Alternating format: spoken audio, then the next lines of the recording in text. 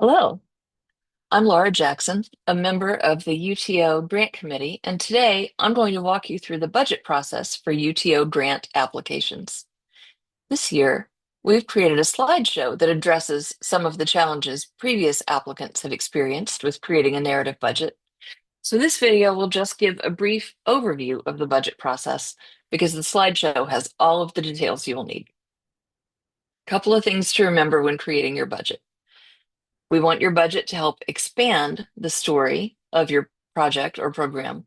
So use the space to describe why you need to buy something and how it will further the project.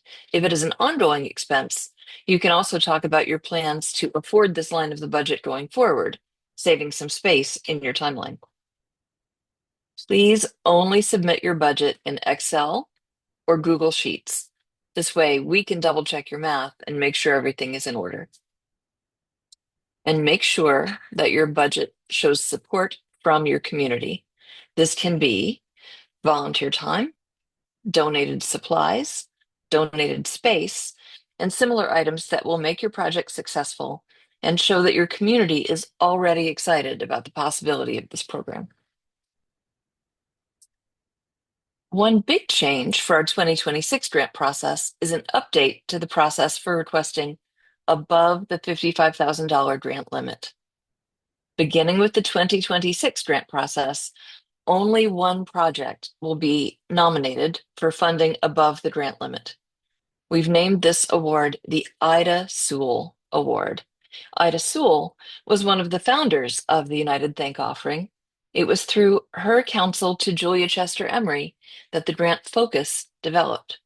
Mrs. Soule believed that if UTO told people where the money was going, people would be more generous with their thank offerings. She was right, which is why we announced the focus a year before the grant deadline to help inspire giving and discernment around projects that might arise to meet the focus.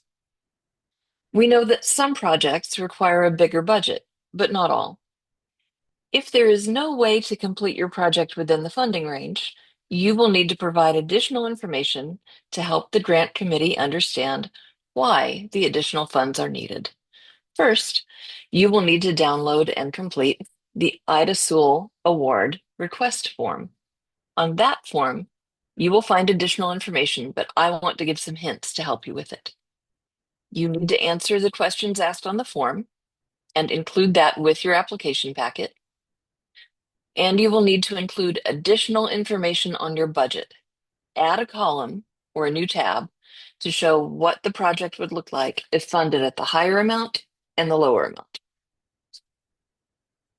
It is important to note that previous grant recipients above 55,000 have shown a high level of community support and engagement and were from places with either a track record of success that they could demonstrate would support a new direction to their current ministry, or a project with capacity for long-term transformative change in the community. In the past, requests asking for over $55,000 that simply wanted to include more sites around a diocese or province or serve more participants tended to be considered at the lower amount because of questions around capacity and the ability to complete the project within 1 year. The grant committee also wants to be clear that just because your application is chosen to proceed in the selection process at the higher amount does not mean that it will be funded. There may or may not be an Ida Soule Award given each year.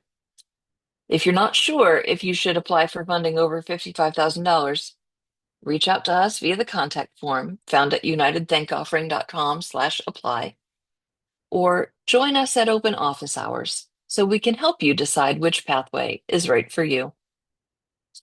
As always, thanks for your interest in the UTO grant process. Just a reminder that UTO grants are funded through the donations of individuals and congregations.